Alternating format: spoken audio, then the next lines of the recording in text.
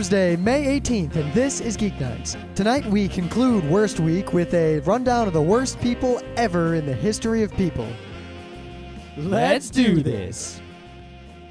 Now, as everyone who frequents the forums is aware, I started conducting an experiment as of this morning, where randomly I decided I was going to drive exactly the posted speed limit no matter what road I was on, no matter where I was for a week. Use cruise control?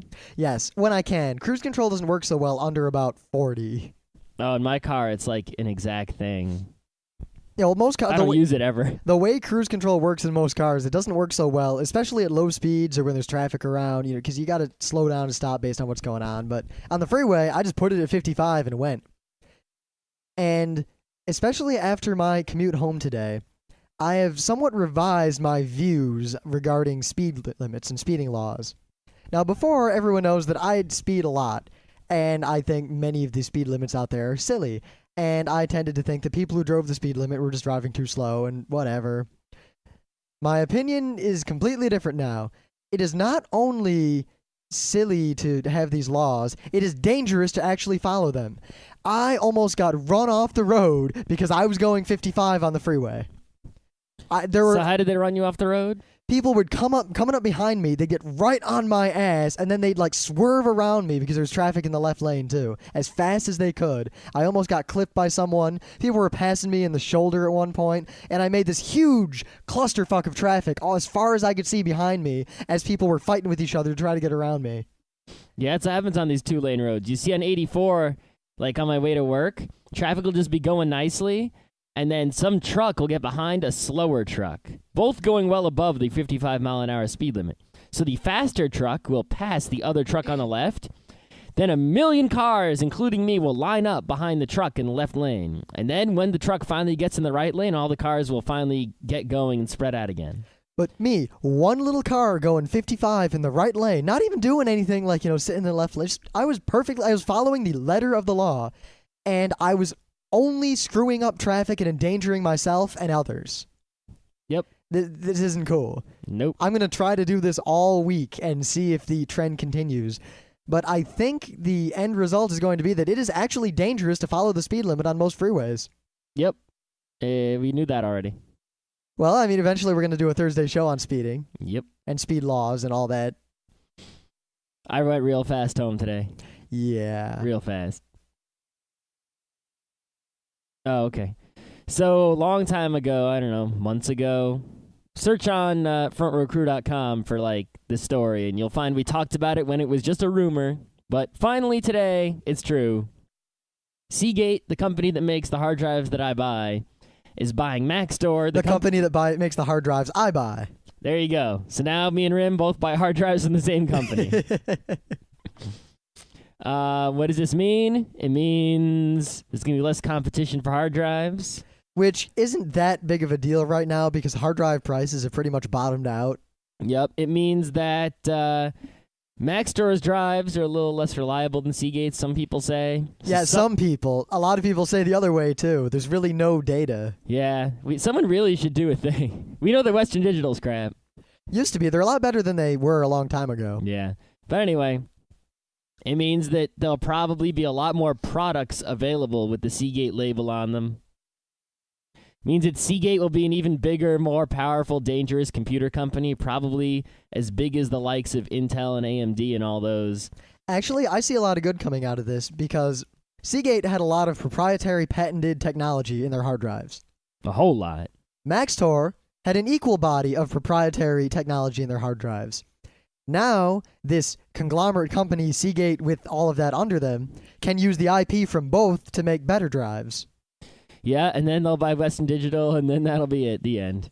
Well, no, then the antitrust hammer will come out, like it always does. Too bad it's a international company. What can you really do? They can do things. You can't say, no, if you're the only company in the world that makes hard drives, really, you can't say, no, you're not allowed to sell in the United States. There'll be no hard drives here. You can't. Yeah, do you that. can, because the United States would, one, say you can't sell here, and then they'd make incentives for some domestic company to make inflated price hard drives for us. Great. Inflated price hard drives. What do you expect? We can start the black market underground hard drive importing business. Illegal Seagates here. Hey, man, want some Seagates? Sea Shields. See, the thing is, it really couldn't happen anyway. I can't see any situation where Seagate would also buy Western Digital. Me either, because Western Digital is not having useful secret IP that you'd want. They just have crap. So you know this whole NSA thing, with the NSA spying on American citizens and whatnot. Well, the news that's come out, this is actually from yesterday, is that apparently they had a program, I think it was called ThinThread, quite some time ago, where they had decided that they wanted to analyze the same kind of data that the NSA claims to be analyzing now. Now, apparently they'd come up with a way of doing this quite some time ago where they wouldn't actually be able to extract from the data the individual people or who actually called who. They could only get the aggregate data and look for trends. It was completely legal. It doesn't run afoul of any of the laws that the current spying program may or may not be running afoul of. And there's really no reason they couldn't have done their current program that way, as opposed to the horribly privacy-infringing way they're doing it now. Wait, so so it would find people with calling patterns similar to the calling patterns of terrorists? What? No, it would look for patterns in calling, in aggregate, so you could try to figure out the source and destination. Like you could try to find patterns and trends in calls, kind of like the way we search for chatter to determine when, terrorist activity is going to happen, because chatter increases or certain patterns of communication appear in the airwaves. So certain patterns of calling mean... Yeah. Okay. If you look at data like that in aggregate, you can get a lot of information. Yeah, you can, but how are you supposed to find the bad guy like that? You can't find the bad guy that way. You can find out what the bad guy's going to do. You're not going to find the bad guy the way they're doing it now anyway. I know. But... And the other thing is that the stated purpose of what they're doing now is just to find patterns. That's how they're getting away with it. But they could have done the same thing they say they're doing now without infringing the way they are. So obviously the answer is they're not doing what they say they're doing. Oh, no, I'm pretty certain they're just recording everyone's conversations and looking for keywords. Yeah, obviously. What really saddens me is that Americans really don't seem to care so much at all. Because it doesn't affect their lives in a visible way, so they don't care. They'll only care if something, is affecting people that they can see. If you can't see it, it's not happening. Yeah, and you know what? That's just kind of sad and scary. Yep. People there, stupid. You can do anything you want to them. You can sell them bullshit fake medicine, and you can spy on them, and what do they care? Doesn't affect their useless lives where they don't think about those sorts of things, and they don't care about those sorts of things. They don't notice. And then when something bad finally happens, then they'll complain, but there's not a goddamn thing they can do about it then. That's the fate of the stupid person. You're going to get screwed your whole life. Well, the problem with that is that it affects me just as much, and there's really no way I can get away from stupid people. You shouldn't have been on the same team with the stupids. There's no other team. Wow.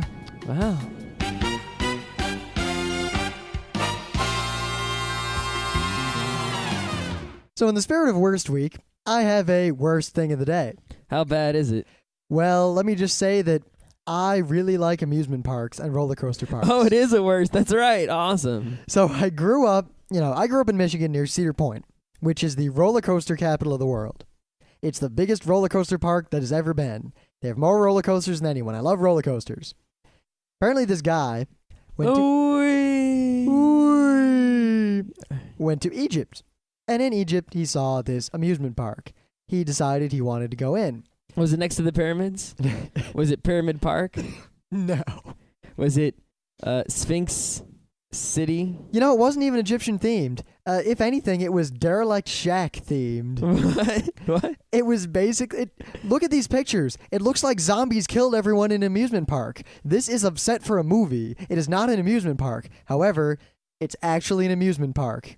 This is no joke, and these pictures are from this amusement park. The guy paid £30 to get in. Egyptian pounds. And he just... Look at these pictures. I can't say more. None of the rides work. This place is scary looking. I have a hypothesis, actually. That this amusement park is nothing more than a scam? No, that the amusement park was just a rundown amusement park that wasn't actually open, and some guy realized that if he stood in the ticket booth all day, he could just take money from people. And not give them... That's not a bad idea. I mean, if there was a rundown amusement park nearby, I would just go stand in the ticket booth and sell tickets and just collect money. Why do they attack the amusement park? For fun. Yeah, check out these pictures. It looks like urban exploration, but nah, it's an amusement park, and some of the rides were working. Wow. Some Who of is them. running the rides? I don't know. What are they paying those employees with? Who goes to this park? It's like Cartman Land. Wow. All right. So, I found this video. Surprisingly, it wasn't on YouTube or Google Video or anything. It was on MySpace. What are you doing on MySpace? I wasn't. Someone linked there. And you followed it? Yeah. What the hell?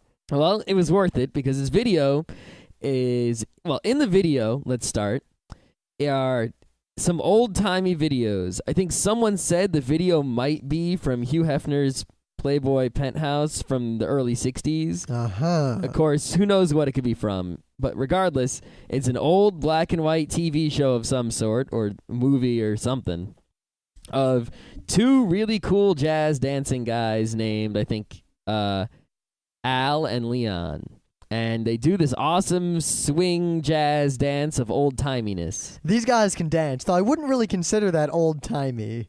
Well, it's not super 1920s old-timey, but it's old-timey considering the present year is 2007. I wouldn't consider something that happened within the last 100 years old-timey. I would. Definitely. Punk kid. You're the punk kid. I'm older than you. The 1920s are old-timey, all right? No, they're and those not. are less than 100 years ago. I don't consider them old-timey at all. The 1920s is old-timey as it gets. Because you know what? Medieval stuff is not old-timey. It's ancient. No, that's not ancient. Yes, it is. Nah, ancient is pyramids. No, pyramids are mega ancient. That's not or a word. double ancient. No. Double plus ancient. I double dog ancient you. Yeah, okay, anyway. So you have this video of two cool guys dancing in an old style, right? And the dance is really cool. Now, the one thing that's notably absent is the old style music. Where's it at? I don't know. What someone did is they took some new school hip hop rhymes, which are actually it's a pretty good song. I should find what song it is and get the guy's stuff, because it's, I don't like a lot of hip hop musics, but this is pretty good stuff.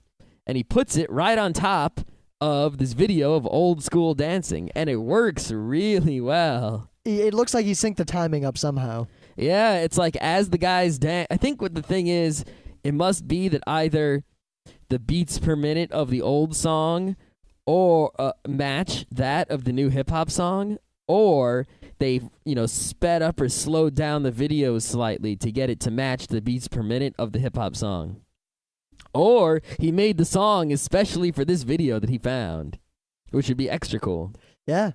All we got to do is get some sort of leak action in there and we'll be golden. Yeah, now what I'm going to do is I'm going to get some new school dancing videos and put some old-timey music to them. See what happens. That should be very entertaining, too. You're not going to do that. If the opportunity presents itself and it's trivially... You're not going to do that. If the effort is low, I'll do it.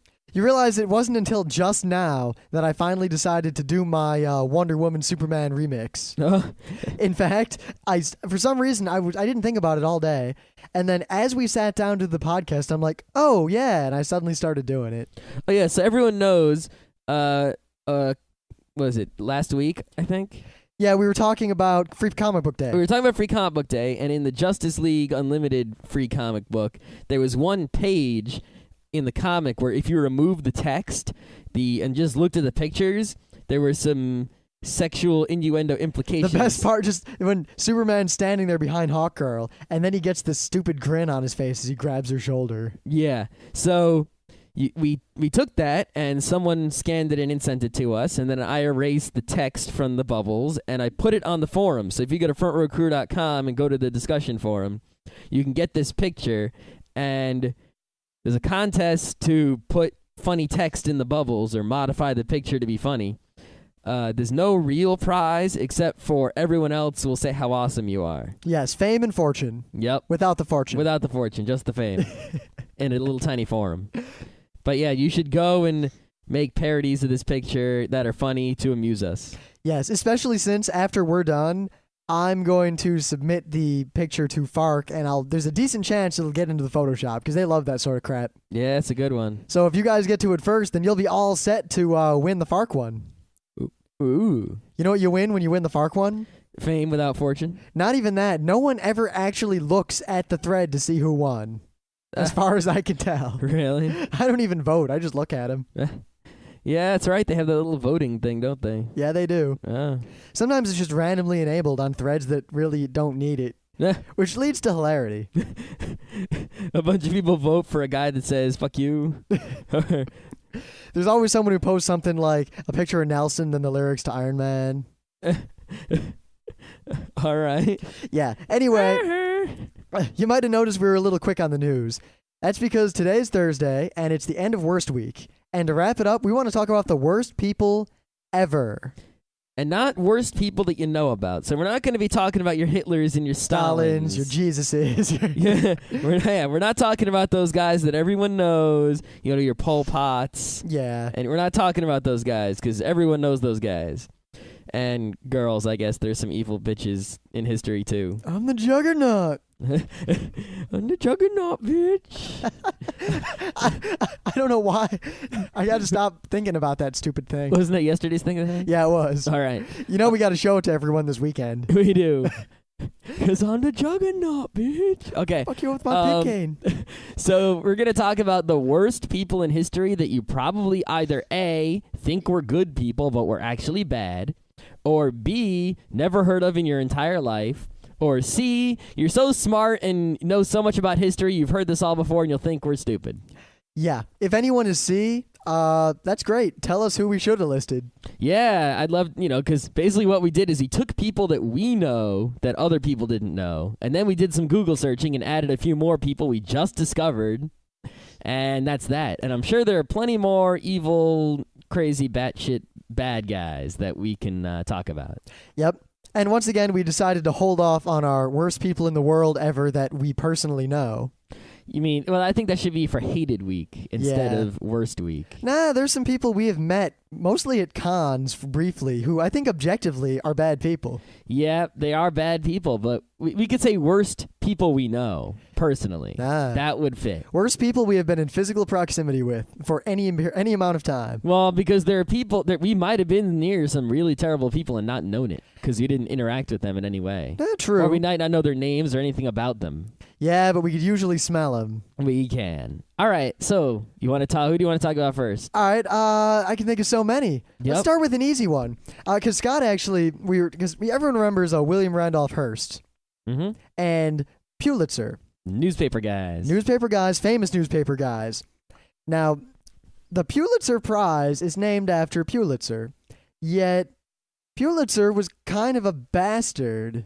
He really wasn't the greatest guy. Him and Hearst, I don't know how many of you know much about U.S. history around, Spanish-American War type times, yellow journalism and whatnot. But these guys basically sensationalized war and things going on in the world to try to cause bad things to happen in order to sell more newspapers. Yeah. They do that today also. Yeah, but this is really kind of the start of journalism that affects the world in addition to reporting on it. And it's kind of started this vicious cycle of if you make bad news, more bad news happens, which you can then report on, which makes more bad news. And money keeps coming out of that cycle. Yep, because people like to read about bad news for some reason because they're fuckers. It's like the citric acid cycle, only money comes out of it instead. Oh. Yeah, we'll do little quick blurbs. We're not going to go into detail on all these people, for the most part. All right, so for the next guy I want to talk about is a guy that everyone knows and probably thinks good things about, but I'm going to make you think real bad things about him. But first, I want to talk about what habeas corpus is in case you didn't pay attention. I was waiting for this one. In case you didn't pay attention in social studies class. Habeas corpus is an essential right in any free society. What it means is that when you get arrested, right? So let's say the cops come up and they arrest Rim and they say, "We're taking you to jail. You're under arrest." But I'm the Juggernaut, bitch. Habeas corpus means that they have to tell Rim why he's being arrested. They have to say, "You're being arrested for stealing or killing or whatever." And the reason habeas corpus is so important is because let's say we arrest Rim and we don't tell him what he did. Even if we have a court, we take him to the court, right? Or whatever, and we say, "All right, you're on trial. What do you have to say for yourself?" "I didn't steal that thing." "Well, you're not on trial for stealing." And you're in jail, and then you're fucked. That is why habeas corpus is important. Without habeas corpus, you can just go around putting anyone you want into jail and no one can do a goddamn thing about it. Now, alternatively It's to that, just as important as freedom of speech and everything else. Even more important, because even without freedom of speech, you won't be in jail. now I would also like to posit that in it, because it all relates to this guy, I would say that the lives of hundreds of thousands of people are worth a little bit more than the arbitrary boundaries of one or possibly two countries. Mm-hmm. And thus, we actually name the person. Abraham Lincoln, the 16th president of the United States. Probably one of my most disliked presidents. Yep. Okay, so here's what happened. There was a civil war going on. In case you didn't know, there was a civil war going on. Which had very little actually to do with slavery. That is correct. And there were these guys called the, quote, Peace Democrats. And what the Peace Democrats wanted to do was they wanted to resolve the Civil War peacefully. Their plan was to make a truce with the South and have a new constitutional convention, and they would change the Constitution to have some states' rights. I'm all with the Peace Democrats. Woohoo. Of course, the Constitution already protects states' rights. Yeah, the problem back then was the Constitution did not protect you from slavery. That's right. But that's a whole other issue. Yes, but the Peace Democrats were just peaceful, nonviolent guys who opposed Lincoln. Now, what did Abraham Lincoln do? Well, in 1861, he suspended habeas corpus in places that were resisting. Oh, no, first. All right. In 1861, he suspended it in certain places where that were strategic for the war. So let's say there was a city, and if the city decided to resist the North, that the North would be in big trouble war-wise, he suspended habeas corpus there and arrested anyone who resisted. In 1862, when they started, yelling at him about suspending habeas corpus in a few places, he just suspended it everywhere. And he started arresting these Peace Democrats all over the place. No habeas corpus, no nothing. So imagine if Bush today, right, decided to go around arresting all the anti-Bush people around the country, not accusing them of any crime. Just have police round them up and throw them into jails. Anyone who opposes him, he just throws them into jails. Yeah, not even this is people who are opposing by saying 60 what is it, 38% approval rate? So it's like if Bush just took 62% of the population and just started locking them up in jail and didn't tell any of them what they had done wrong, didn't accuse them of any crime, no habeas corpus, no nothing. Now, the South was doing kind of a stupid thing in breaking away from the North, but I don't think it justified, marching down there and killing a bunch of people. Yep. And, if you think, he just arrested a few really people who were opposing him a little bit. No, 13,000 people were arrested. 13,000. And another argument people seem to make a lot is... That's probably more people than they have in the Guantanamo. But if he hadn't done that and won the Civil War, then there wouldn't have been an America to stop Germany. And you know what? We didn't know that back then. Hindsight, whatever. You can't make that argument. That's just wrong because you can't know the future. No, you can't. So yeah, you should never suspend habeas corpus. And if you do, Scott will think you're a fucker, and so will Rim. All right, so we've already named Abraham Lincoln as one of the worst people ever. I think I can top that one in terms of people going, oh, why would they say this? Not if they've watched bullshit, they won't. Yeah, I didn't. I mean, bullshit really taught me about this, but then I read a bunch more, and I'm gonna go with Mother Theresa as one of the worst people ever. How bad was she? Mother Theresa caused the deaths of lots of people, and there's a lot of evidence that she was kind of a scam artist. Did she beat Abraham Lincoln's 13,000 people arrested? Oh, by the way, habeas corpus was reinstated. We're okay now. In 1866, the Supreme Court brought it back, and now it's illegal to have a military trial in an area in which a civil trial is possible to happen. Now, that is why we have those secret prison camps in Eastern Europe right now. Because it's not possible to have a civil trial over there, so it's perfectly legal to have a military trial. Yeah. Yeah. Yeah, we're none too happy with the current administration either. Yes, but don't worry. This means that as long as you don't leave where you are, safe in the United States or wherever, hopefully you're safe outside the United States. You're not a citizen, but if you're a U.S. citizen, you're safe as long as you don't leave your home or anything, because there's a civil court near you. So anyway, a bunch of brief facts about Mother Teresa. I don't want to go into depth about this because this shouldn't be a show of here are all the details as to why this person's bad. This is a show of us yelling about the people who we think are bad. Yep. Her organization took lots of money, and the people who donated the money were under the impression that this money was going to go toward helping the sick and the poor and building hospitals and feeding people. That's what I would think if I was giving money to Mother Teresa. Money didn't go to that. The money all went to the Vatican and into missionary work. Mm-hmm. Missionary work, which has nothing to do with helping people and everything to do with converting them. None of the money went into helping people at all? Almost none, because Mother Teresa very much believed that the poor should accept their lot and that is a wonderful thing for them to do and that's how they'll get closer to Jesus. And they should never try to better themselves, and the best way to get close to God is through suffering.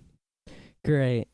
So her hospitals were very poorly maintained. They weren't that large, and they didn't actually treat people. They in many cases would not help people who were dying with pain because the suffering was good for them. Mm-hmm. Did they at least convince the people that were suffering that the suffering was good before they had them suffer? They convinced them constantly while they were suffering. Oh, great. They would also not discriminate between people who had a minor illness and people who had a terminal illness, and they put everyone in hospice-style care, meaning if you came in and you were dying of cancer, they kept you there until you died. If you came in and you just had a cut on your leg, they kept you there until it turned into gangrene and you died. They didn't have any real doctors, and they didn't perform any actual services other than washing your wounds periodically. So where were these hospitals? Mostly Africa and India. India? Yeah. Great. The hospitals were much smaller than people in the West were led to believe, and Mother Teresa was kind of crazy. See, but you always remember her as like this old woman. It's like, how did she do any stuff as an old lady? She didn't do it, or was it she did it when she was young, and then when she was old, she just became old? She had a lot of people call it a cult, but she had a group of people who did all this together. All right, so was it her idea? That's the thing. Yeah, she was the kind of figurehead and public face of all this. Mm-hmm. But she wasn't the greatest person, and I really don't think she should be remembered for very much. I don't think so either. Bad lady.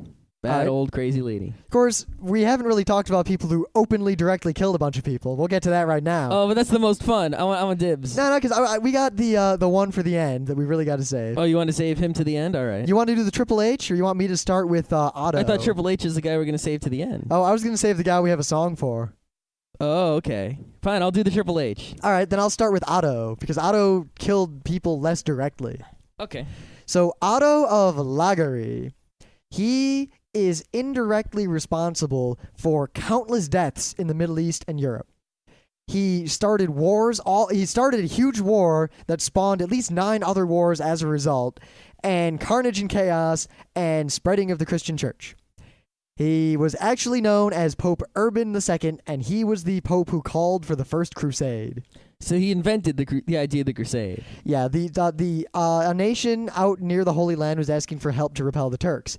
He rallied a whole bunch of Christians. Knigets. Yeah, and he told them, anyone who fights in this war is absolved of all sin no matter what. So all the dirty Knigets who had done all sorts of nasty bits went down there. And all the peasants who had nothing better to do. Oh, that's what I would do if I was a peasant. Better than peasanting. Yeah, probably. Yeah. And he sent them off to hang out with the Knigets. And, I mean, the Crusades, I'm not going to talk about the Crusades much, other than that it usually involved a bunch of Christian knights going out to the Holy Land and sacking towns and killing people. At one point, they sacked Jerusalem and killed almost everyone in it. Yep, that's what they did. And Jerusalem's like the most defensible place on earth, so that's not easy to do. I mean, it's kind of staggering. People think that the Dark Ages were like this dark time where like all civilization ground to a halt. No, there were large, fortified, well-defended cities, and there were large armies who made their way from Europe, like Western Europe, all the way to the Holy Land and still had enough force to lay month-long sieges to large cities. You need to lay a month-long siege to those cities because there's really no other way to get through. I mean, if you're ever bored, just go to like Wikipedia and read all the articles about the Crusades. They're not the simple things that most people have learned about, and there were a lot of them. And it's really cool because even if you read all of these terrible stories and they make you sad, there's all sorts of cool Knights to look at, and paintings of Knights, and yeah. Even though the Knights are the bad guys, which kind of sucks. Yeah, though, to their credit, that some of the points, they were actually trying to repulse the Moorish invaders who were striking back. Yeah. And, of course, this all spiraled into the Middle East we know and love today. Hey, talking about Moorish invaders, it's not really related, but I guess there's some connection in my brain. Attila the Hun wasn't the greatest guy. No, he really wasn't. No. So yeah, just that's all we got to say about him. Barbarian, army, killing, raping, pillaging. Yeah, but there are worse guys than him by far. Oh yeah, for sure. Like Triple H. Triple H. So we just learned about this guy, Dr. H. Holmes, Holmes. He got his doctorate from the University of Michigan. Awesome. What the hell? Okay, so I think his real name, it said, according to Wikipedia at least, was Herman Webster Mudgett. Yeah, I saw a slightly different name given on Snopes, but it's verifiable that this guy existed. Yes. Now, what did H. Holmes do that made him so bad that he was equally bad to the likes of Mother Theresa and Abraham Lincoln? This is going to sound like we're making it up. I thought they were making it up. He built a torture castle. No. Okay. All right. So the World's Fair was in Chicago in 1893.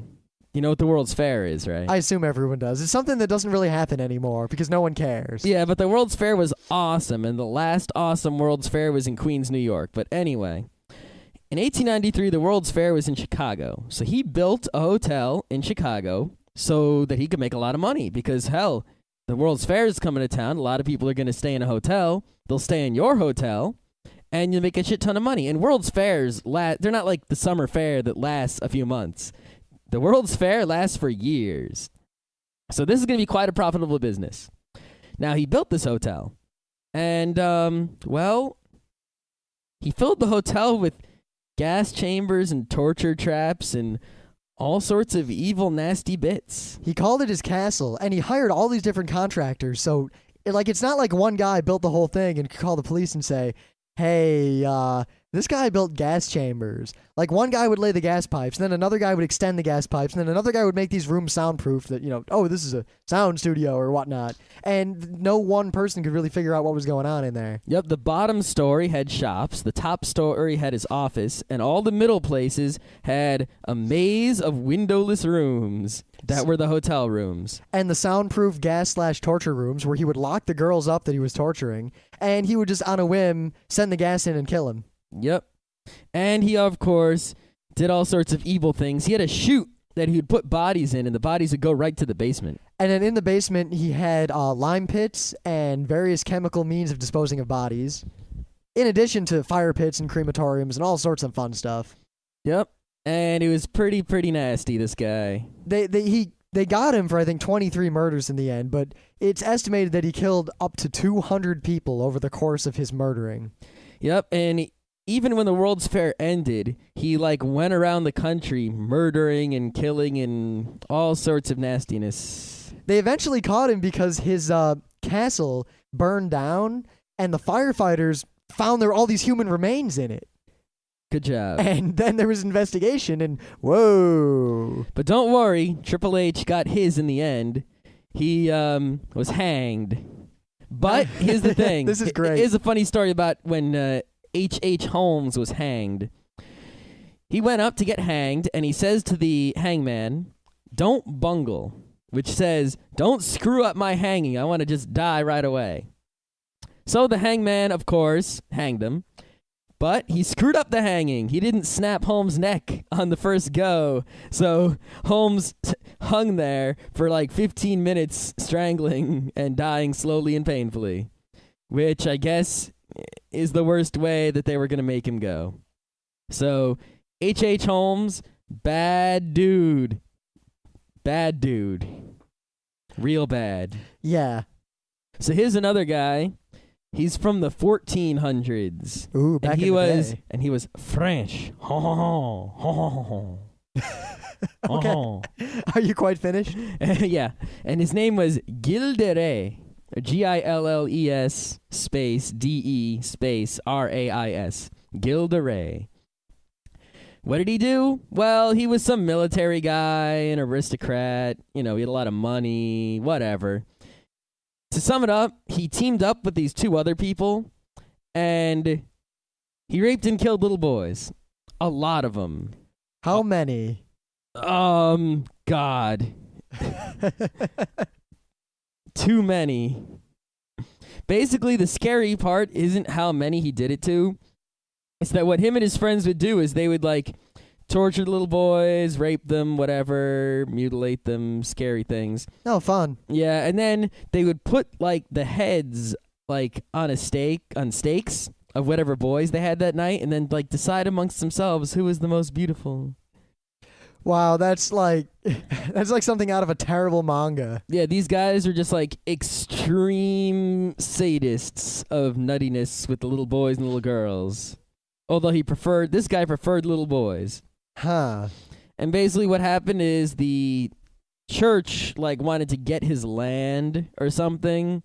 And during that, they discovered what he was doing, and they caught him. And he was hanged, I think. Good deal. Hanged. It seems like they hang all these bad dudes. So yeah, this guy is king of the little boy rapers. You think, like, the Catholic priests are bad. Gilles de Rais. Though, speaking of Catholics, there's always our friends, the Borgias family.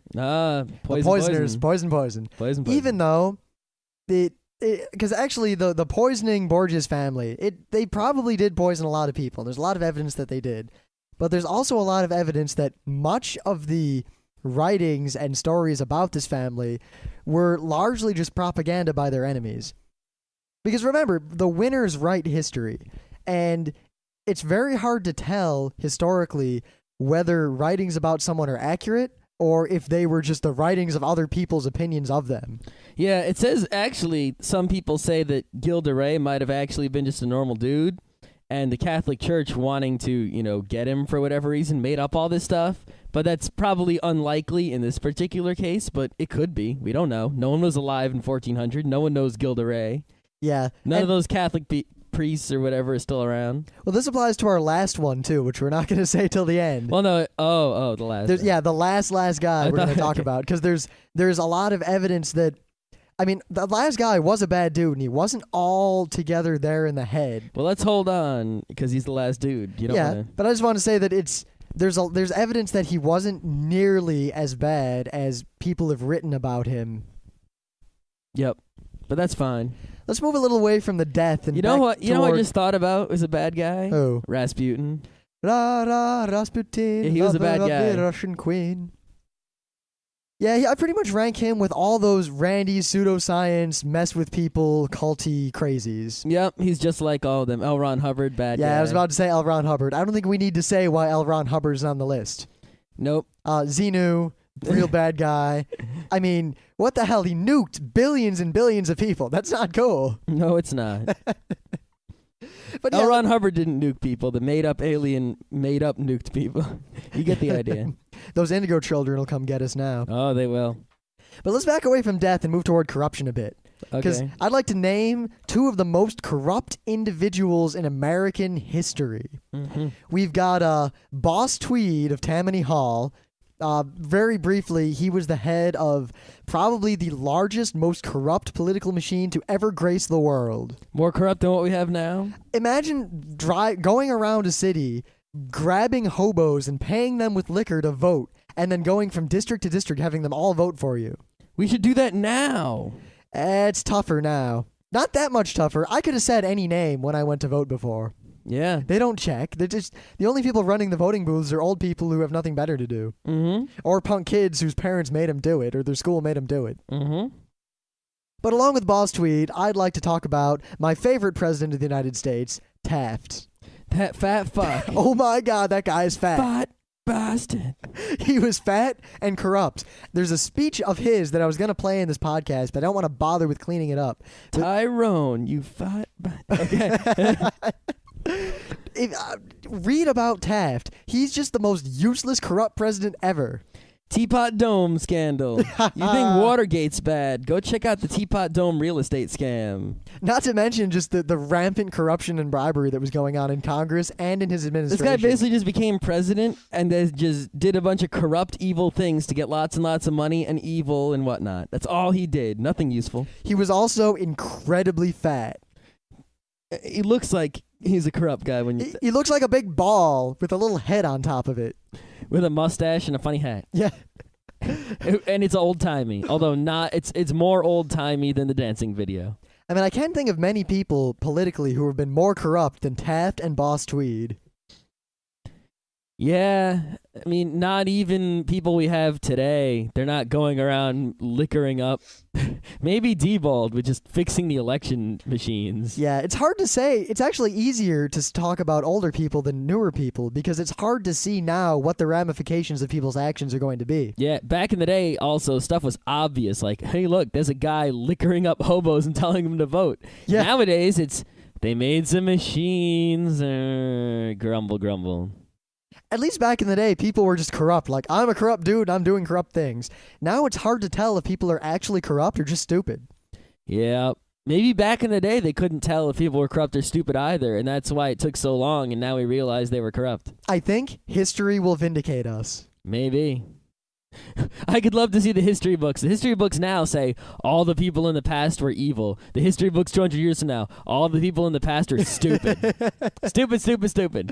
Well, Futurama, they always refer to this era as the stupid ages. That's right. Yeah. These are the stupid ages. I really do wonder what the history books are going to say 50 years from now about, you know, Bush and the war and the terror, whatnot, and the secret prison camps in Eastern Europe.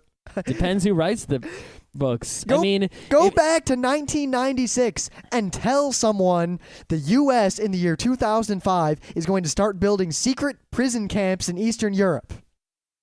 See what they say. Well, Nowadays, we had those Japanese prison camps in World War II. Yeah, and you know what we say those about those. Those aren't really in the history book so much. We don't say so much about them. No, we don't. So they're not going to say so much about these ones either. Yeah, but the fact is maybe that even less. People, they're in the news. Like, everyone knows, but yet no one cares. Because they're not in the prisons. Yeah. And then there was no one left to come to speak exactly, yeah. But no one cares. You know, no matter how much you know it's going to happen. I mean, like the people waiting for the Holocaust in Germany, they knew it was going on. They knew all these things that we know now, but it doesn't matter. It's not much you can do. You know what? Why don't I just move to Finland? At least I'll get good music. Finland, Finland, Finland. Divvy-divvy-dop, divvy-dop-ba-ba-dop. Okay. So, who else is bad? Scott Johnson. That guy. Is he a bad enough dude to rescue the president? I don't remember the guy's name, but anyone who's seen Hotel Rwanda, you know they have the radio voice guy who is like, cut the tall trees, cut the tall trees. Yep. That wasn't one dude, and that was kind of dramatized, but there was the radio station that was playing that sort of propaganda and inciting people to go out and genocide. Mm-hmm. And I forget the guy's name, but it was this Belgian guy who ran that radio station, and he was behind a large part of the genocide propaganda in Rwanda. And he went to International War Crimes Court, and now he's in jail. In fact, he's still in jail. And he's going to stay there. He'll get out in a while. And then someone will immediately come and beat the shit out of him. We were thinking, because he's going to get out in a few years, actually, because he's been there a while. Because I don't think he actually killed anyone. That's why he's not there forever. Yeah, not like that general guy. He just told people to kill people. Yeah, he's a really scary-looking guy. Definitely. He looks like a terrorist when you look at him. I mean, he was born a long time ago. He's pretty old now. And he was part of the dying days of the Belgian adventures into Africa. Now, people think, you know, the Spanish were terrible when they conquered the native people. Oh, yeah, we didn't talk about any Columbus or conquistadors. Those are bad dudes. Yeah, but I'll say Raping this. Native Americans and Mayas and Aztecs. If you want to rank the nations of Europe and how they treated the natives they dealt with, the Nordic peoples and the French were probably the best. They were no saints, but they probably treated the people they were subjugating or invading or whatnot better than anyone. Then the English were pretty bad. The Spanish were real bad. I mean, conquistadors. Yep. The Portuguese were significantly more vicious than the Spanish were, all things considered. But nobody topped the Belgians. You wouldn't think, but the Belgians were the brutal ones who marched around Africa just murdering. Wow. Yeah. So they kept it up all the way up to Rwanda. But at least this one guy did. Yeah. So Carrying on the legacy. We were of evil. thinking we should go to whatever whatever place he's actually being held in. Some Eastern European secret prison that we can't get to. Yeah, wait for him to be released and just walk up and give him a swift punch to the cock and then walk away. I don't think his cock, maybe, I don't know. It's probably hardened in many a prison ass. Okay. I just imagine. I don't know what it's like in war crimes trial or war crimes prison. Yeah, I mean, it's like we've got local county jail, which is like drunk guy locked up laughing. Or Rim was trespassing in a factory again. Yeah, then we've got state prison, which is pound me in the ass state prison. Great. Then we've got federal pound me in the ass prison, which is goddamn. Yeah, but there's also the nice happy prisons for guys who evade taxes or do some corrupt scam. It seems like the worse you are, the nicer prison they put you in after a point. Like if you kill 10 people, you go to a bad prison. Very bad. If you kill 100 people, you go to a bad prison and someone shivs you in there. If you kill 1 million people, they put you under house arrest and bring you food for the rest of your life. Yeah, I don't know what's up with that. Like Eddie Izzard's thing, Pol Pot killed all those people. He's in his house now. Just fucking don't go in that house. Yeah. But I mean, where are the international prisons when they lock up? Like, let's say they find Saddam guilty and give him life in prison. Where do they put him? You know what? I'll bet a quick Google would answer that question. Yeah, there must be some crazy international war crimes prison. Let's do a show on international law. All right, because I don't know a lot about it's it. Something I don't know a lot about. I know that the either. international court doesn't have a lot of power over other people. Yeah, partly because the United States is all for the international court whenever it's ruling against someone else. But the moment it turns its eye toward the U.S., we always say something to the lines of, you can't do anything to us, you have no authority, leave us alone. Exactly. Yeah. Same thing with the UN in general. The U.S. does the same thing. Yeah, the UN... Whatever. I could do a whole show on the UN. Mm-hmm. Okay, so who was a bad guy we can talk about? Other than our last guy. Blackbeard was pretty bad. Yeah, he was, but how much of that is story versus how much of that is fact? I don't know, but it's all pirate, so it's all cool by me. Yeah. Were there any evil shoguns we could talk about? I don't know much about them, really. Yeah, or evil Chinese emperors, or kings of Siam, or Mongolians. Genghis Khan was bad. Yeah, he was. Bad guy.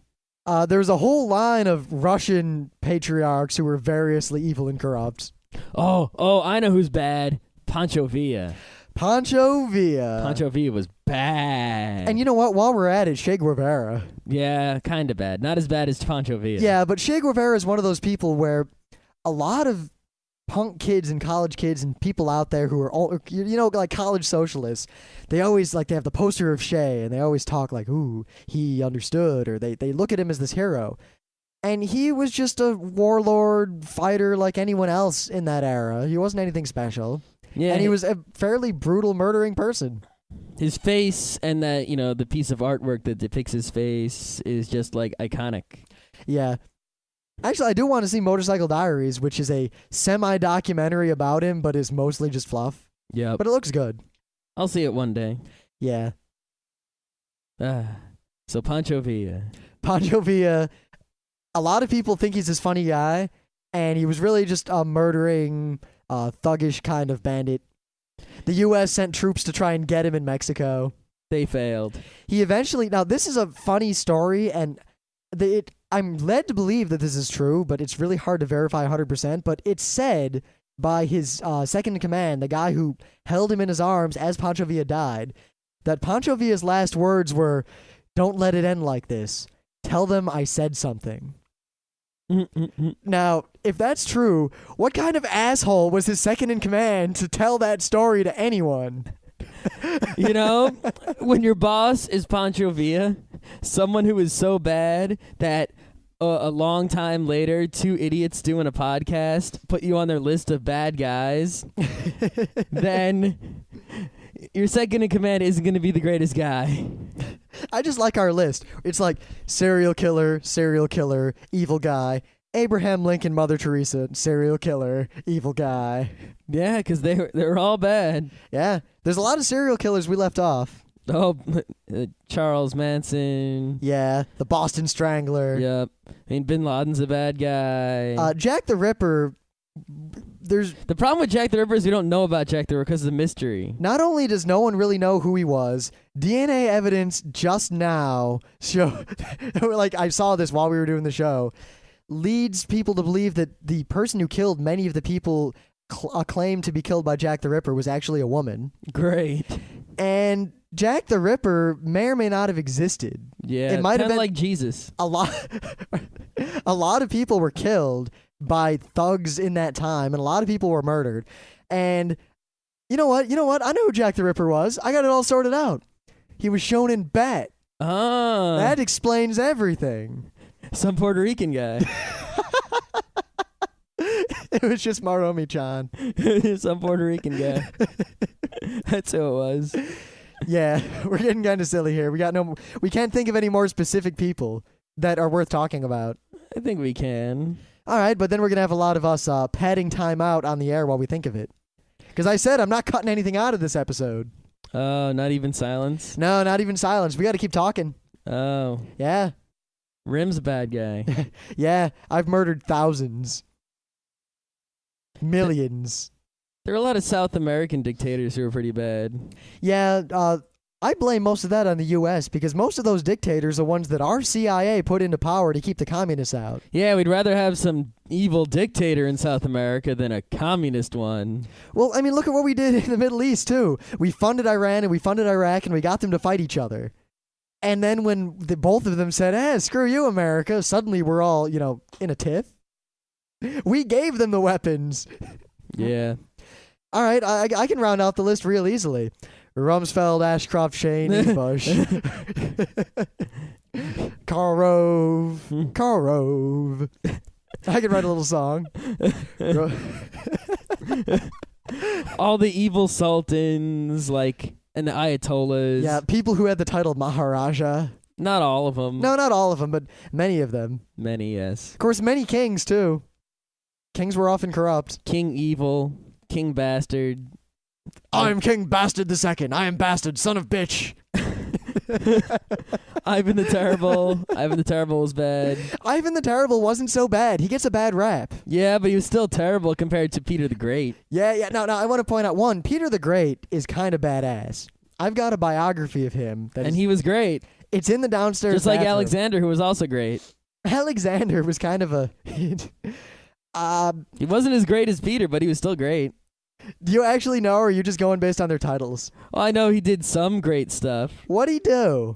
He went around conquering the world, naming every damn city after himself, except for one that he named after his horse. That is indeed true. All right. And then he made an awesome library, but then he also did all sorts of bad things, conquering and being evil. But that doesn't matter. Actually, most of the bad that came of what Alexander did was after he was dead.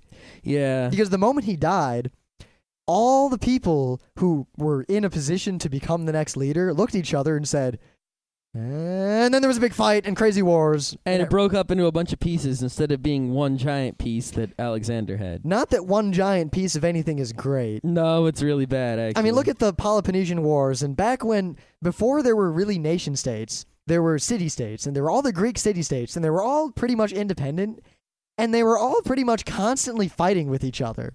I mean, Sparta and Athens were always at war, and everyone was fighting and back and forth, but they stayed to themselves. And then the Persians came and invaded, and suddenly it's like imagine here's my slight explanation of the Greek wars. You walk into a bar, and there's a bunch of guys fighting with each other. And you bring your own bunch of guys, and you walk into the bar, and you walk over to one guy in the corner and start beating him up. Suddenly, everyone in the bar, all the people who were fighting with each other, turn, and they all, in a united front, attack you. Great. That's Greece. You can tell I'm stalling for time here. Awesome. Well, I was hoping you would think of someone else to talk about. I did, and I just forgot them because you talked too long. Talk about Darius or all the other kings of Persia. If they would have left Greece alone, the world would have been a lot different today. There are a lot of evil mafia dudes throughout time. Yeah? Al Capone, not so bad. All not things really considered. that bad, but a lot of Sicilian guys are motherfuckers. Like the guy they just got recently. Yeah. To that guy's credit, he was on the lam for a long time. He was. They couldn't catch him, and he didn't really go very far. Yeah. There's all the Nazis who escaped to South Africa. Vlad the Impaler was pretty bad. Yeah, but how much of that is truth? See, I'm not sure, because apparently some Romanian people say he's kind of a hero, that he killed bad guys and he put their head, he just killed them in horrible ways and put their heads on stakes. But history and different websites seem to say that he just kept killing people because he was a bad guy. And, they based Dracula on him, so, yeah. Rumsfeld, Ashcroft, Cheney, Rove. That's not going to work. It works pretty well. I said them. They're on my list. Great. Pretty much everyone involved in the Project for New American Century is on my list. Then I'll throw FDR out there as the counterweight. Yeah, I like FDR a lot. Yeah, it's like he did a bunch of stuff that was good at the time, but it's fucking us now. Though it wouldn't really be screwing us so badly now if so many other mistakes hadn't been made after him. I know. I mean... Plus, the stuff that he did that I liked is the stuff that doesn't exist anymore. Yeah, like the CCC. Exactly. And the stuff that he did that I didn't like so much is the stuff that won't go away. Like Social Security. Yeah. Social Security was supposed to be a safety net. It's not supposed to be this, permanent... Well, originally it wasn't supposed to be permanent. Yeah. Now it is. Plus, think about it. FDR did so much. I mean, basically everything we have now, FDR and what he did affects your life if you live in the United States more than Bush has done. So far. Yep. Well, I'd say if you live in certain parts of France and Germany, what FDR did affected you quite a bit too. Yes, also very much. But not if you're living there now. Only if you lived there. The point is that me and my life has been more affected by the actions of Franklin Delano Roosevelt that has been affected by Bill Clinton, who is president for 8 years of my life. I've been affected slightly more by recent presidents, being investigated by the Secret Service and all that bullshit a few years ago. Yep, but FDR still more so. And he was president for 12 years a long time ago. Yeah, he was. I would have voted for him. Yeah, the competition wasn't so high. Dewey? Dewey defeats Truman. Yeah. Actually, it was Hoover. I remember the Hoovervilles. Great. Yeah. Well, I don't remember them. I wasn't there. How do you remember learning about them? No, I'm actually a Highlander. Uh-huh. Yeah. I think this episode's done. I think we've descended into silliness. Thus, without further ado, the final person we're going to talk about. Oh, right. Hooray. Yes. If anyone's still listening, I'm partly taking advantage of the fact that we upgraded the libsyn. So we can make episodes as long as we want, and you guys wanted a long episode, so I'm showing you right now. This is what you get when you get a long episode. Well, no, because the point was we were going to do a long episode for E3 when we had stuff to say. Making a long episode just by padding it out is completely different. Yeah, the waiting on the E3 was good, because that way we could cover all the stuff that came out. Well, because it just so happened that the stuff that we didn't cover, new news came out about it the next day. Yeah, which was good. Lucky us. Yeah. All right. It was all part of the cunning plan. Oh, because we knew in advance. We're just keeping it a secret. So our final person... And just so everyone knows, we record these podcasts like a month in advance. And we're just so psychic in our powers. You better call Randy. I better. All right. So without further ado, I'm going to play the song that will introduce our final contestant here on Rim and Scott's Worst Week.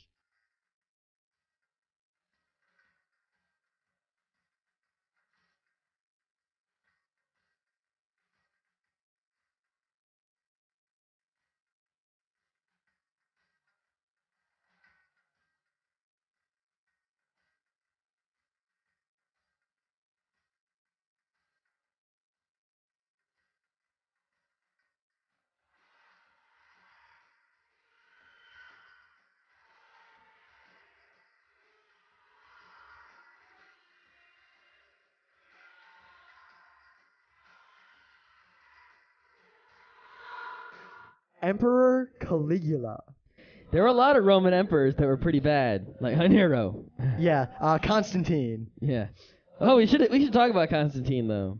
All right. Let's talk about him first. Real briefly, Constantine is pretty much the sole human reason that Christianity exists as it does today, and that the Catholic Church ever came into existence. Without Constantine, we'd all be Jews. Well, I wouldn't, but... Well, wait, I'm a Jew anyway, so it doesn't bother me. Actually, because you realize back then, Constantine, the Jews were persecuted too. Yeah, they sure were. And even without Constantine, we probably just would not have had... The Middle Ages would have been a lot different, because the Catholic Church kind of filled a power void. And if it had not come about, I don't know what would have happened. Me either. And it's something I've always wondered about, because every time I look at problems in history, I'm not relating them back to Christianity so much, I'm relating them back to Constantine and the fact that he created this void of power wherein this church happened to take over. And I don't think it was so much that the church took over, it was that something took over. Mm-hmm. And I could go into great... If he hadn't left the void of power, who would have been in charge? Constantine?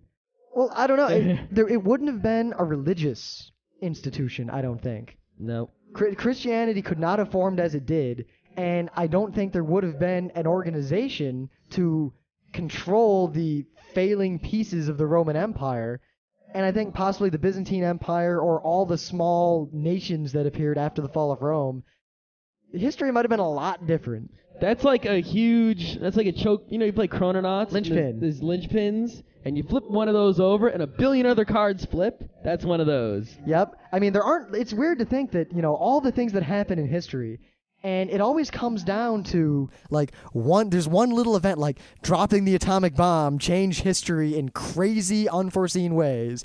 Emperor Constantine legalizing Christianity, change history in crazy, unforeseen ways. Mm-hmm. Yeah, Constantine bad. But Caligula, not so bad in terms of his policies or what he did, other than a few stupid failed wars. Yeah, he did the same shit that every other Roman emperor did. March the legions around, fight the barbarians. Yell at the Senate. Make Rome pretty looking, be very lavish, etc. Now, if the stories are to be believed, he was probably one of the most depraved sexually individuals ever. He was also possibly a paranoid schizophrenic. Yeah, kind of like H.H. Holmes. Yeah, there are lots of stories of his horrible, decadent, murderous sexual appetite. Like, I heard stories he would, put a robe on, dress up like a homeless bum, sneak out into the street, grab a little boy, etc. Yep, he supposedly had a cadre of little boys he called his young minnows that he would have swim about and nibble on his flesh while he bathed. Wow. Yeah. Mm-hmm. Caligula... Now, there's a lot of evidence that many of the things that were written were hyperbole from his enemies, because he had a lot of enemies. You're going to have a lot of enemies when you're the emperor of fucking Rome. He was assassinated by one of his best friends and his closest, most trusted guard. Good. It seems that happens to a lot of Roman emperors. Your best friend just kills you because you're being too evil. Et tu, Scottiskull. Here, this is what we do, Ram. If any of us is ever too evil at being the emperor of podcasting, the other one of us has to... The emperor of podcasting. You know what? If Geeknights ever becomes a linchpin in history... Yeah. I'll be sure to kill you first. Great. Because if I kill you and then I become a Roman emperor, there won't be anyone to kill me, so I'll be all set. See, here's the thing. If we follow the natural conclusion of this out, game theory-wise, we both play games in a very similar way. The whole enlightened self-interest. If we were going to murder each other, we'd probably be walking down the street, simultaneously whip out knives, thrust them toward each other, the points would meet and stop between the two of us. I'd win. I would also have a gun. The bullets would hit in the middle. I'd have a rocket. Yes, you would have a rocket. That's right. Not a rocket-propelled grenade to shoot at you. One that would take me up and up and up, and you would get killed by the fire coming out of the bottom. And then I would jump off before I went into space. Caligula wished he had one of those. Yes, he did. He would strap little boys to it. Oh, God. Oh, God. All right. We're done, I think. It's actually this weekend we're having almost all of our friends, except Scott Johnson. That's why he's on the list. He's not coming out to the Geek End. No. One of the worst people ever now. Definitely. Yeah, I mean, he even came out last weekend. Oh. So you gotta come out last weekend, you gotta come out this weekend. Yeah, momentum. Yeah. The juggernaut, bitch. We're having a crazy geekend this weekend. We're probably going to play some Burning Wheel. If we do end up playing Burning Wheel, I'm going to try to set up a microphone and record it. So hopefully I can play back some relevant bits as to how awesome Burning Wheel is. Maybe. And then, of course, next weekend, anyone who's in the North Carolina, Raleigh area, I'm going to be speaking at Animazement. The weekend after that, we may or may not go to Wizard World Philly. Yes. If any of you live near Philly and are thinking of going, let us know. The more fans are there, the more likely we are to go. And the weekend after that, I think there's something in the city. Maybe you may or not go. We've never planned that far ahead, except Otakon, which I bought the hotel room last year. Yeah, we'll be at Otakon. See you there.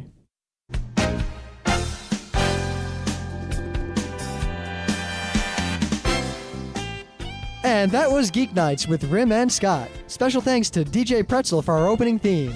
Be sure to visit our website at www.frontrowcrew.com. If you like our podcast, you'll love our forums. Make sure you visit them. You can send your email feedback to geeknights@gmail.com.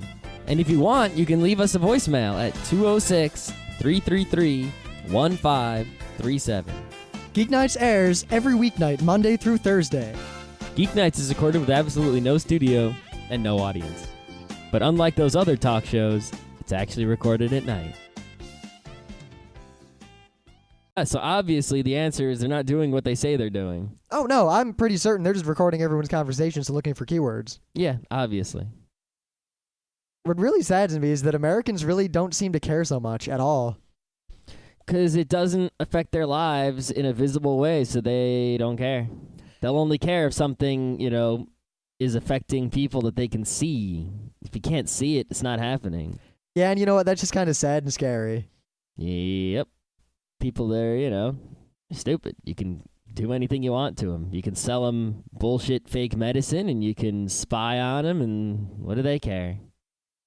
Doesn't affect their useless lives where they don't think about those sorts of things, and they don't care about those sorts of things. They don't notice. And then when something bad finally happens, then they'll complain, but there's not a goddamn thing they can do about it then. That's the fate of the stupid person. You're going to get screwed your whole life. Well, the problem with that is that it affects me just as much, and there's really no way I can get away from stupid people. You shouldn't have been on the same team with the stupids. There's no other team. Ah, wow.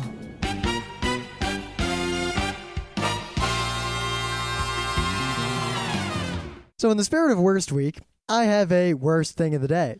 How bad is it?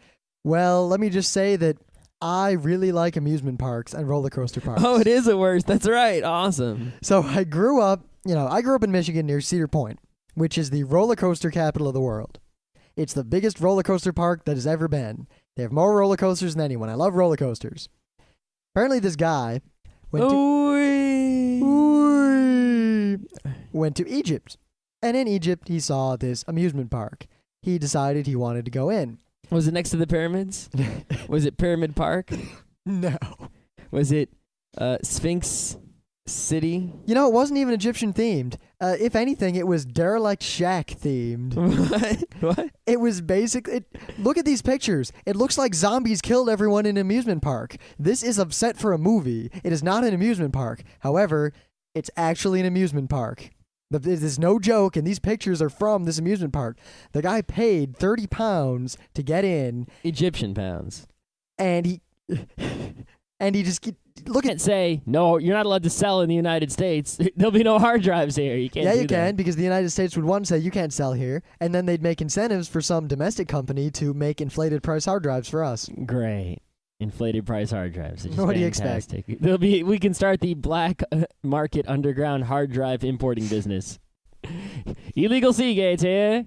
Hey man, want some Seagates? Shields. The thing is, it really couldn't happen anyway. I can't see any situation where Seagate would also buy Western Digital. Me either, because Western Digital doesn't have a useful secret IP that you'd want. They just have crap. So this whole NSA thing, with the NSA spying on American citizens and whatnot. Well, the news that's come out, this is actually from yesterday, is that apparently they had a program, I think it was called Thin Thread, quite some time ago, where they had decided that they wanted to analyze the same kind of data that the NSA claims to be analyzing now. Now, apparently they'd come up with a way of doing this quite some time ago where they wouldn't actually be able to extract from the data the individual people or who actually called who. They could only get the aggregate data and look for trends. It was completely legal. It doesn't run afoul of any of the laws that the current spying program may or may not be running afoul of. And there's really no reason they couldn't have done their current program that way, as opposed to the horribly privacy-infringing way they're doing it now. Wait, so so it would find people with calling patterns similar to the calling patterns of terrorists? What? No, it would look for patterns in calling, in aggregate, so you could try to figure out the source and destination. Like you could try to find patterns and trends in calls, kind of like the way we search for chatter to determine when, terrorist activity is going to happen, because chatter increases or certain patterns of communication appear in the airwaves. So certain patterns of calling mean... Yeah. Okay. If you look at data like that in aggregate, you can get a lot of information. Yeah, you can, but how are you supposed to find the bad guy like that? You can't find the bad guy that way. You can find out what the bad guy's going to do. You're not going to find the bad guy the way they're doing it now anyway. I know. But... And the other thing is that the stated purpose of what they're doing now is just to find patterns. That's how they're getting away with it. But they could have done the same thing they say they're doing now without infringing the way they are. Sitting in the left lane. I was following the letter of the law, and I was only screwing up traffic and endangering myself and others. Yep. This isn't cool. Nope. I'm going to try to do this all week and see if the trend continues. But I think the end result is going to be that it is actually dangerous to follow the speed limit on most freeways. Yep. We knew that already. Well, I mean, eventually we're going to do a Thursday show on speeding. Yep. And speed laws and all that. I went real fast home today. Yeah. Real fast. Oh, okay. So, long time ago, I don't know, months ago, search on frontrowcrew.com for, this story, and you'll find we talked about it when it was just a rumor. But finally today, it's true. Seagate, the company that makes the hard drives that I buy, is buying Maxtor. The company that makes the hard drives I buy. There you go. So now me and Rim both buy hard drives from the same company. What does this mean? It means there's going to be less competition for hard drives. Which isn't that big of a deal right now because hard drive prices have pretty much bottomed out. Yep. It means that Maxtor's drives are a little less reliable than Seagate's, some people say. Yeah, some people. A lot of people say the other way, too. There's really no data. Yeah. Someone really should do a thing. We know that Western Digital's crap. Used to be. They're a lot better than they were a long time ago. Yeah. But anyway, it means that there'll probably be a lot more products available with the Seagate label on them. Means that Seagate will be an even bigger, more powerful, dangerous computer company, probably as big as the likes of Intel and AMD and all those. Actually, I see a lot of good coming out of this because Seagate had a lot of proprietary patented technology in their hard drives. A whole lot.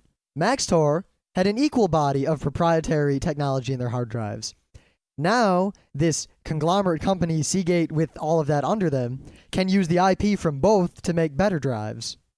Yeah, and then they'll buy Western Digital, and then that'll be it, the end.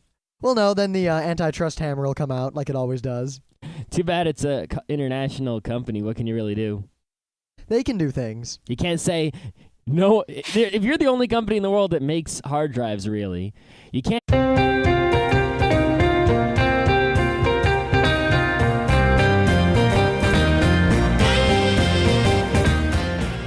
It's Thursday, May 18th, and this is Geeknights. Tonight we conclude Worst Week with a rundown of the worst people ever in the history of people. Let's do this. Now, as everyone who frequents the forums is aware, I started conducting an experiment as of this morning where randomly I decided I was going to drive exactly the posted speed limit no matter what road I was on, no matter where I was for a week. Use cruise control? Yes, when I can. Cruise control doesn't work so well under about 40. Oh, in my car, it's like an exact thing. Yeah, well, most cars... I don't use it ever. The way cruise control works in most cars, it doesn't work so well, especially at low speeds or when there's traffic around, because you got to slow down and stop based on what's going on. But on the freeway, I just put it at 55 and went. And especially after my commute home today, I have somewhat revised my views regarding speed limits and speeding laws.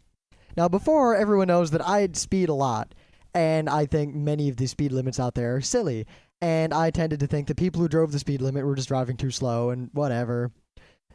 My opinion is completely different now.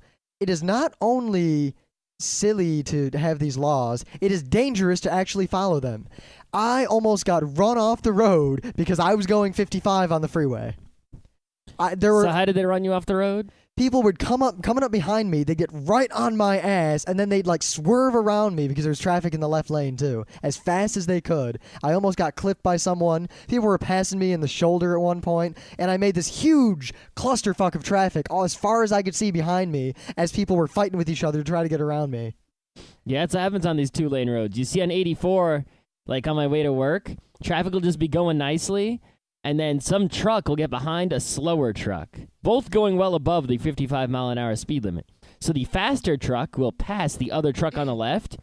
Then 1,000,000 cars, including me, will line up behind the truck in the left lane. And then when the truck finally gets in the right lane, all the cars will finally get going and spread out again. But me, one little car going 55 in the right lane, not even doing anything like in these pictures. I can't say more. None of the rides work. This place is scary looking. I have a theory, a hypothesis, actually. That this amusement park is nothing more than a scam? No, that the amusement park was just a rundown amusement park that wasn't actually open, and some guy realized that if he stood in the ticket booth all day, he could just take money from people and not give the... That's not a bad idea. I mean, if there was a rundown amusement park nearby, I would just go stand in the ticket booth and sell tickets until I just collect money. Why do they attack the amusement park? For fun. Yeah, check out these pictures. It looks like urban exploration, but nah, it's an amusement park, and some of the rides were working. Wow. Some of Who is them. running the rides? I don't know. What are they paying those employees with? Who goes to this park? It's like Cartman Land. Wow. All right. So... I found this video. Surprisingly, it wasn't on YouTube or Google Video or anything. It was on MySpace. What are you doing on MySpace? I wasn't. Someone linked there. And you followed it? Yeah. What the hell? Well, it was worth it because this video is... Well, in the video, let's start, are some old-timey videos. I think someone said the video might be from Hugh Hefner's Playboy Penthouse from the early 60s. Uh-huh. Of course, who knows what it could be from. But regardless, it's an old black and white TV show of some sort, or movie or something, of two really cool jazz dancing guys named, I think, Al and Leon. And they do this awesome swing jazz dance of old-timiness. These guys can dance, though I wouldn't really consider that old-timey. Well, it's not super 1920s old-timey, but it's old-timey considering the present year is 2007. I wouldn't consider something that happened within the last 100 years old-timey. I would. Definitely. Punk kid. You're the punk kid. I'm older than you. The 1920s are old-timey, all right? No, they're and those not. are less than 100 years ago. I don't consider them old-timey at all. The 1920s is old-timey as it gets, because you know what? Medieval stuff is not old-timey. It's ancient. No, that's not ancient. Yes, it is. Nah, ancient is pyramids. No, pyramids are mega ancient. That's not or a word. double ancient.